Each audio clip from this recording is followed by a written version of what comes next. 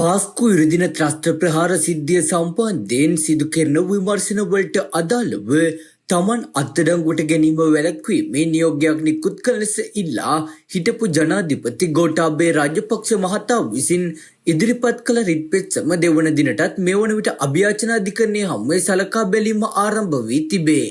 අභ්‍යාචන අධිකරණ සභාපති විනිසුරු රොහන්ත අබේසූරිය සහ සරත් දිසානායක යන මහතුරුන්ගෙන් සමන්විත අභ්‍යාචන අධිකරණ විනිසුරු මඩුල්ල ඉදිරියේ මෙම පෙත්සම සලකා බලනු ලබයි. පෙත්සම්කාර ගෝඨාභය රාජපක්ෂ මහතා වෙනුවෙන් ජනාධිපති නීතිඥ රොමේෂ් ද සිල්වා මහතා තවදුරටත් කරුණු දැක්වීම සිදු කරනු ලබයි. වග උත්තරකරුවන් වෙනුවෙන් නියෝජ්‍ය සොලිසිටර් ජෙනරාල් සුබර්ෂ හේරත් මහත්මිය පෙනී සිටී. මෙම පෙත්සමේ වගඋත්තරකරුවන් ලෙස පොලිස්පතිවරයා අපරාධ පරීක්ෂණ දෙපාර්තමේන්තුවේ අධ්‍යක්ෂ සානි අබේසේකර, එහි ස්ථානාධිපති මාධව ගුණරත්න සහ නීතිපතිවරයා නම් කර තිබේ.